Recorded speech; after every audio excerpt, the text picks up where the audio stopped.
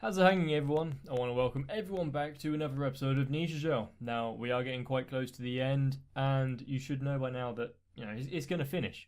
And something's going to have to take its place, and that is going to be Danshi Kukusai no Nichijou.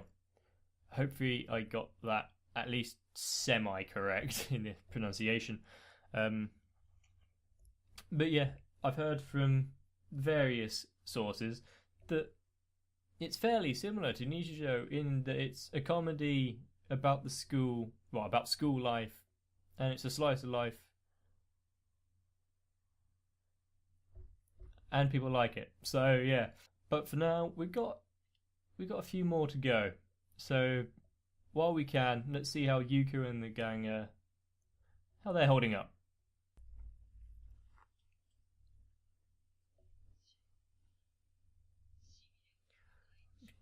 Yep, it's the science teacher trying to prove that she's a robot.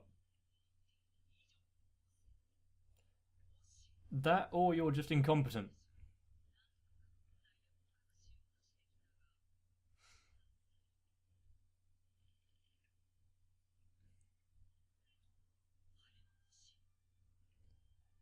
She better not now have set her sights on Sakamoto.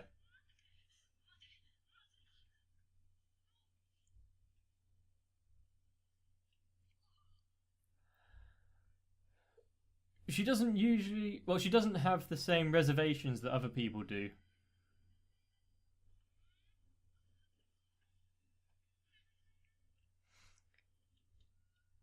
If you saw someone walking across your wall like this, and what I'm guessing is quite late at night, I don't think you'd be too pleased.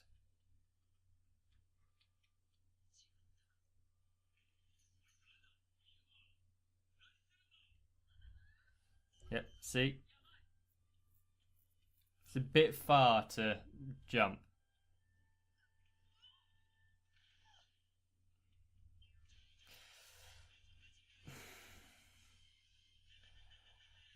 Sometimes just taking a moment and swallowing your pride beats jumping from a large height. Only sometimes, though.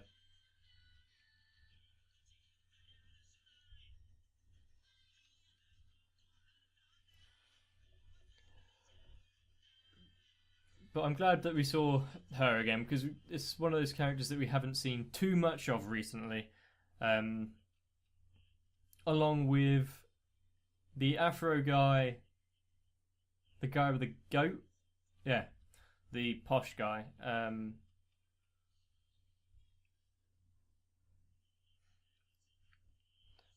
We've seen quite a few of the other kind of minor characters in recent episodes. Oh, that's another one, the principal.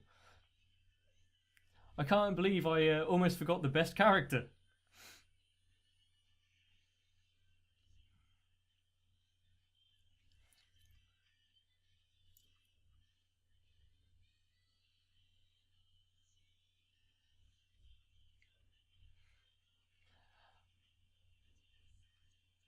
One thing that I might miss once Nichijou is over is just how much expression and emotion is put into the scenes.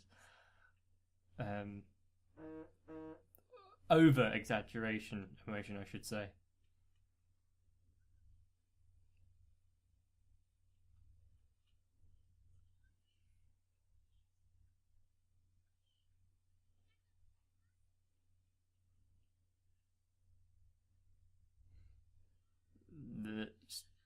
It's a normal interaction. No need to overthink things.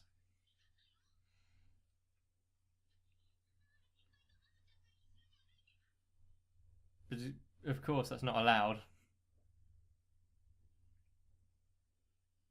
She's either not listening to you or about to explode.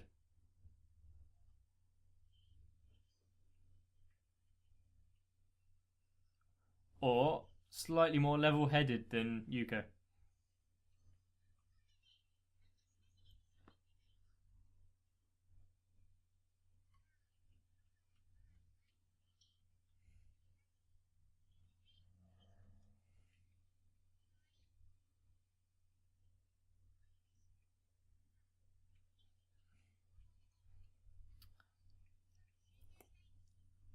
she's in internal torment, isn't she?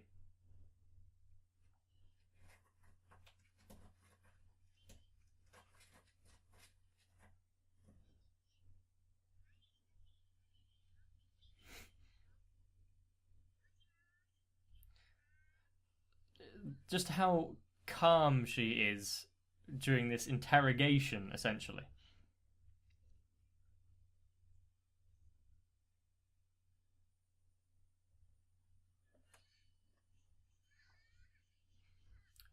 See?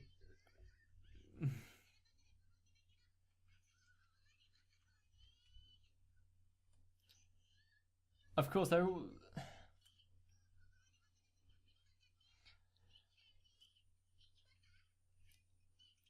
She's overcompensating now. Now you're just doing it to hurt her, because, yeah. Because she said something that you didn't like.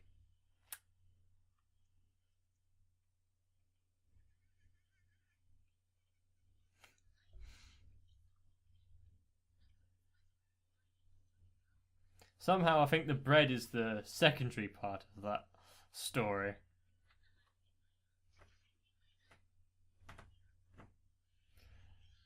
Now you know that it's just nonsense.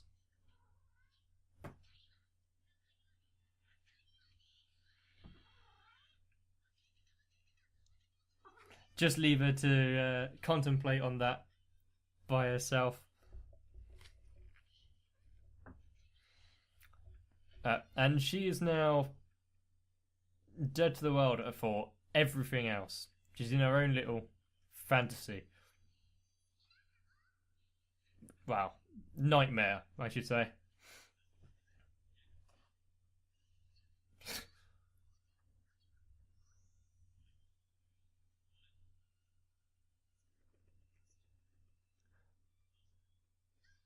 Why is Mio's imagination drawn differently? Or is this her drawing style and that's why it's in her the same in the imagination?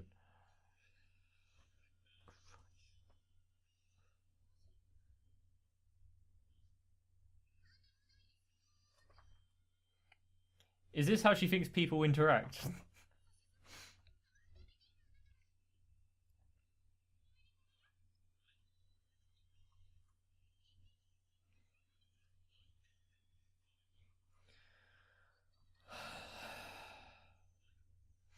You see, even in her imagination, Mio is still relatively quite intelligent.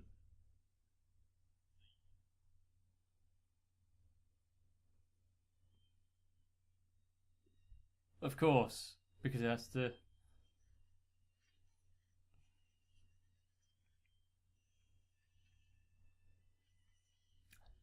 So, the problem with daydreaming and whatnot is that you can't write at the same time. Or you at least make a mistake. Nothing, because it was a joke.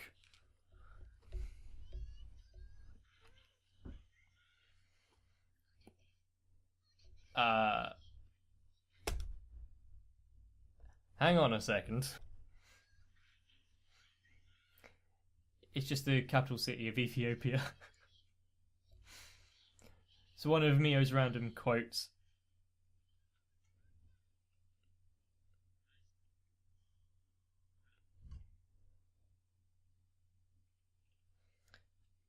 And thanks to Yuko, it's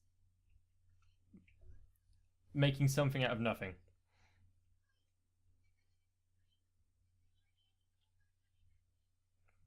No?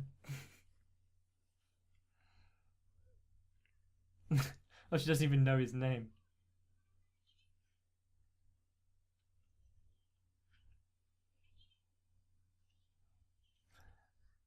So what's going to hit Yuko? Oh, we don't even get to see. But I called it. To be fair, she kind of deserved that one.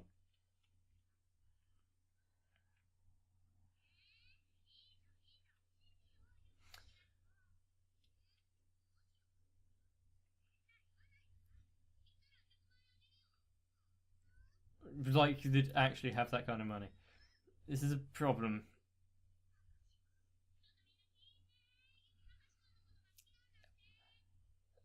Why believe someone that says, "Oh, okay, oh, I'm fine with that then"? No, all objections have been revoked.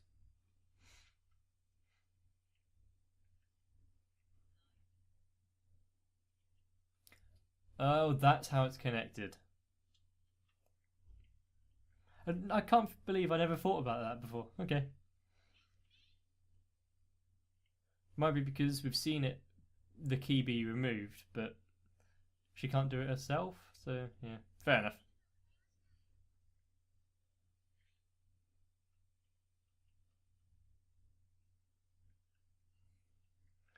Isn't that what she put in the cupcake and everything else?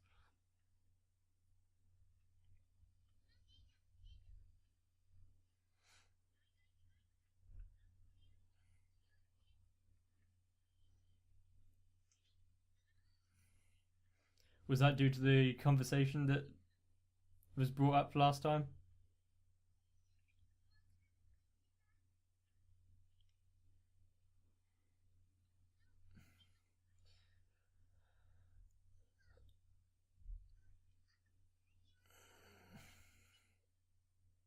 Is that why she's going back? Oh, she didn't know.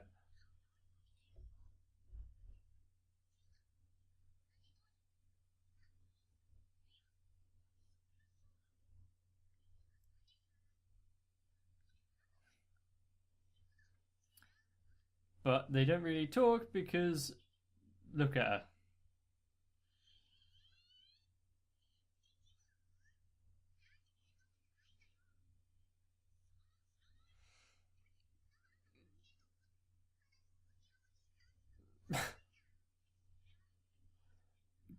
People have more life than just what you know of them, I guess.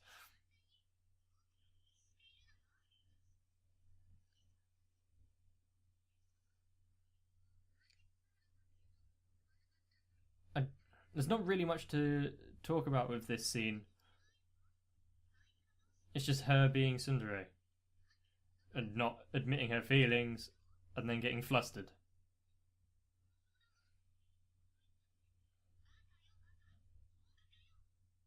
and upset that he didn't join the club that she was in.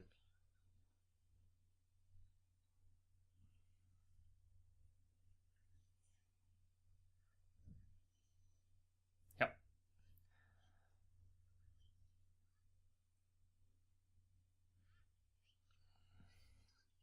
So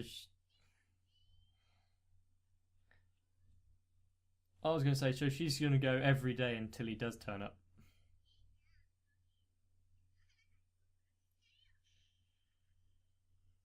Sometimes you need someone that just says things straight like that.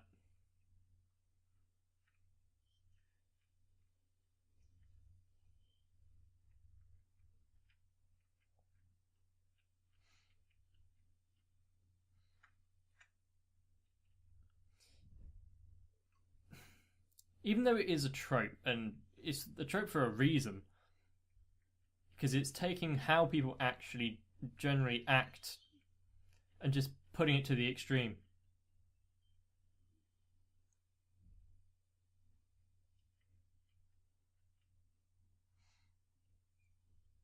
Just a random cutaway there.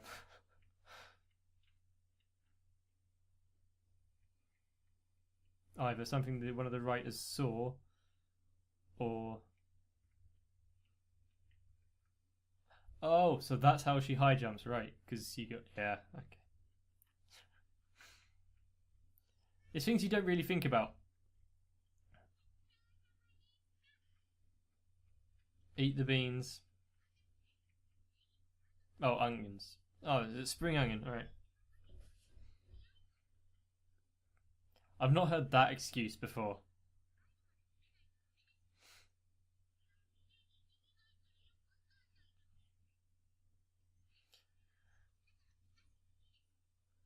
Take away her snacks. Take away her sharks, and she'll basically just go along with it.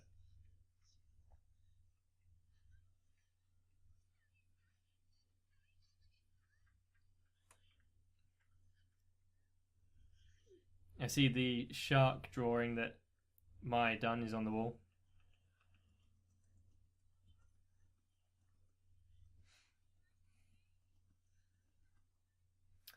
She's going to get the idea to play ill now, isn't she?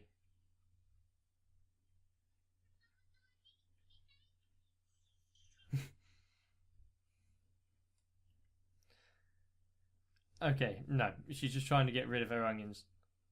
Does she have any empathy? Or is it just the childlike innocence?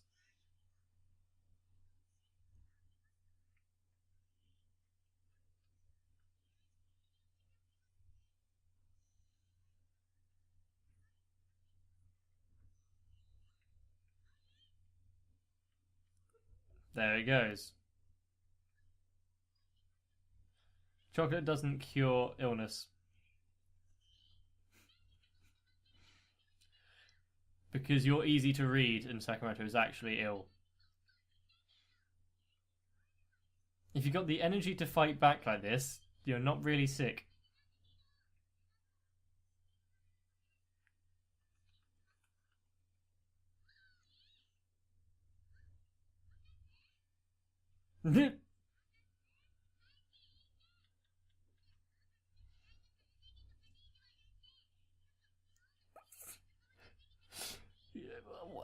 This doesn't even make sense. Children's arguments just are non sequiturs. And the fact that this is funny and works is because this is basically conversations with a child. Almost exactly.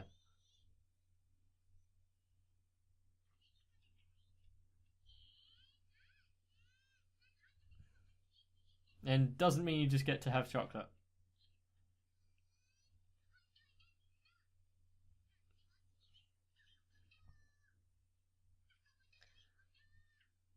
He's a bit preoccupied, yeah. Another issue that children have is that the attention span is very limited. And you can see the shift in emotions. They shift in emotions quite rapidly.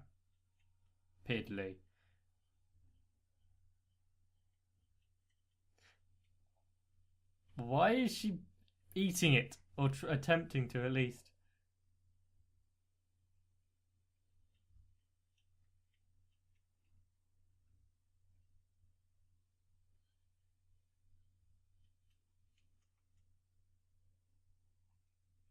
And what's the thought?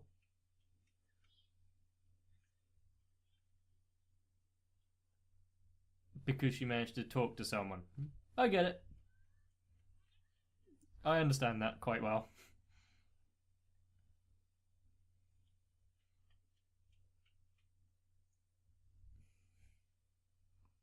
What was the first answer?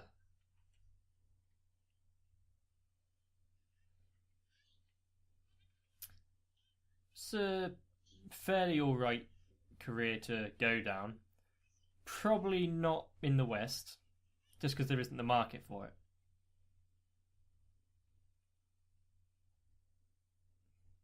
Is that the first time someone's actually said, go for it?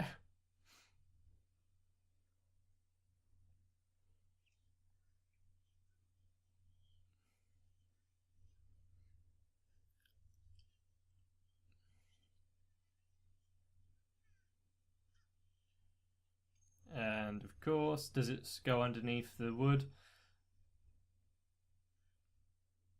Oh, I can tell. Yeah. I've hoped it would give me longer so I could say it was going to be him. Now actually have an interaction with him.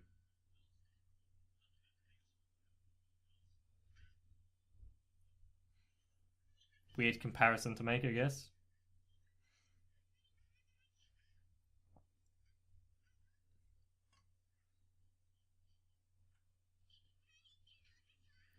Look at the sky. Yeah.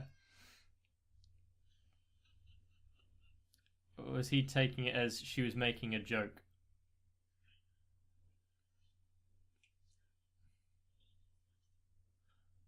No, you saw it.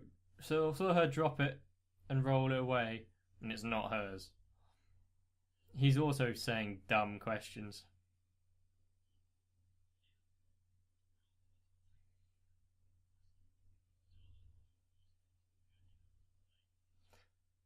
Is he just no shame? Basically, just stealing it, isn't he? Yeah, taking advantage of her. This man is an evil genius, and she's not going to stop him, is she?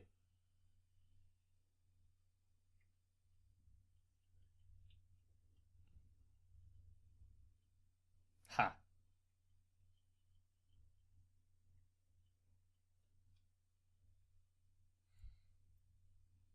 Serves you right, for is now his mortal enemy.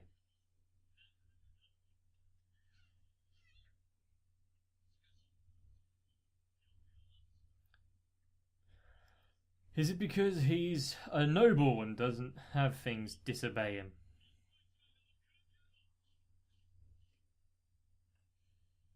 It's upside down.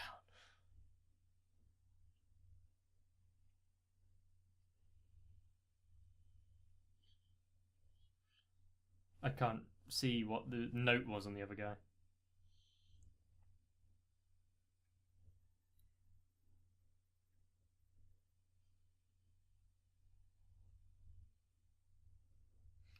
You had time to turn the cup around, and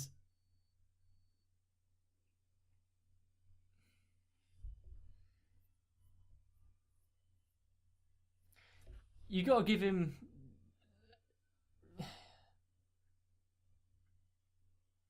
give him props for actually being able to keep a straight face while doing this. He's trying to keep his regality, as it were. And yes, I did see the Go Soccer in the background. It was quite hard to miss, so.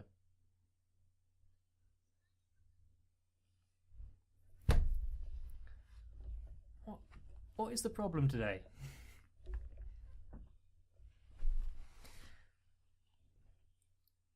Just like most things that characters in this, with characters in this, overthinking things and taking meaning when there is none.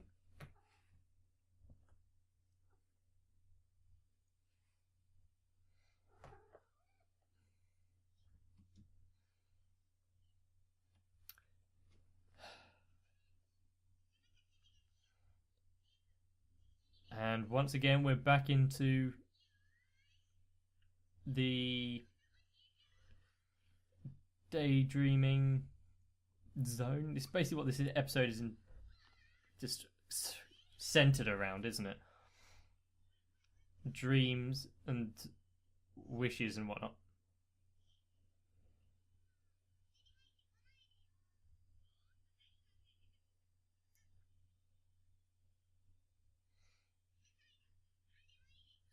And that right there tells you everything that you need to know. Pretty much any interaction that kind of plays out like that, there's one of a few possibilities.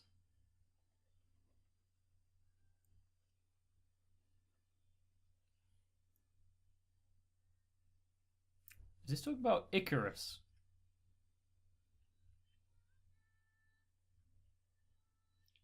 Yeah, the man who flew too close to the sun.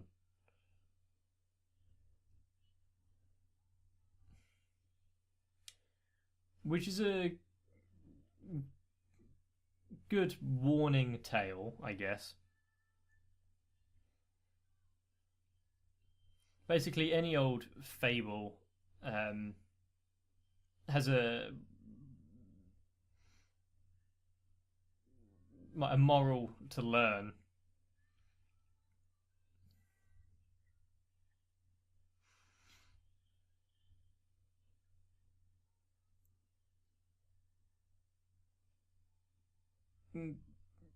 Okay.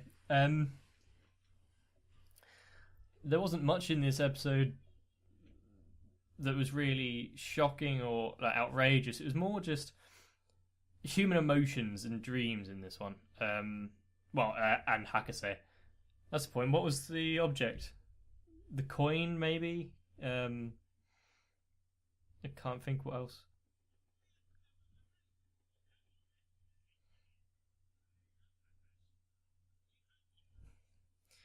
Sounds more like just...